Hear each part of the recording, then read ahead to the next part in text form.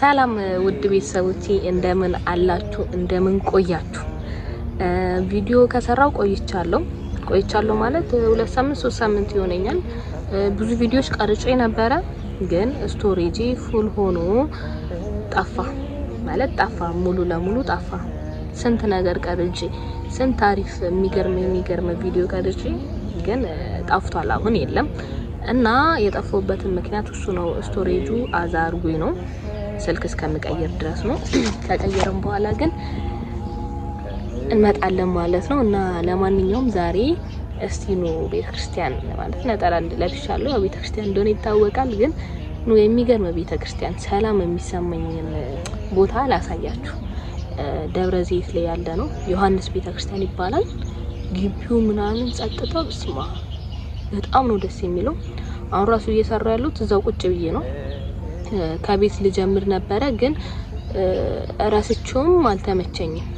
ስቶሬጃውንም ፉል እንዳይልብኝ ማለት ነው። ዋናው ለማንዛዛት ወይም ደግሞ ብዙ ቪዲዮዎች እንትን እንዳለል ብዬ ነው። እና ባለችኝ ስቶሬጅ ቻቀርጪ አሳያችኋለሁ እና ፖስተዋለሁ። ላይክ ሼር ሰብስክራይብ ማድረጋችሁን እንዳትረሱ። ማስተካከል ያለብኝ ነገርም ካለ ኮሜንት ላይ አሳውቁኝ። ከወደዳችሁኝ ደግሞ ሰብስክራይብ አድርጉልኝ። ወዳችኋለሁ። ወደ ቪዲዮ እንሂድ።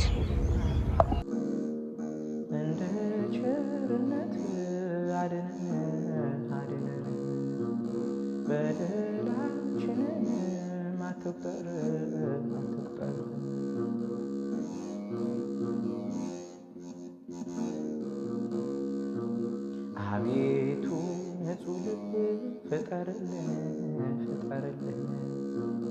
ሰውን የሚያስወድድ ካለ እንከን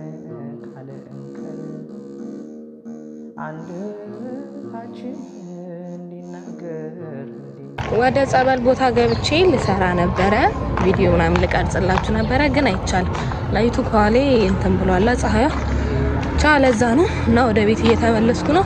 አሁን ቁርሴን በላና 3 ሰዓት ነው እስከ 6 ሰዓት ድረስ ከጩጮ ጋር ወይም ደግሞ ከሱ ጋር ፍታታና ከዛ ወደ ክላስ ይገባለሁ ማለት ነው። ያው ገብቻለሁ ወደ ቤት።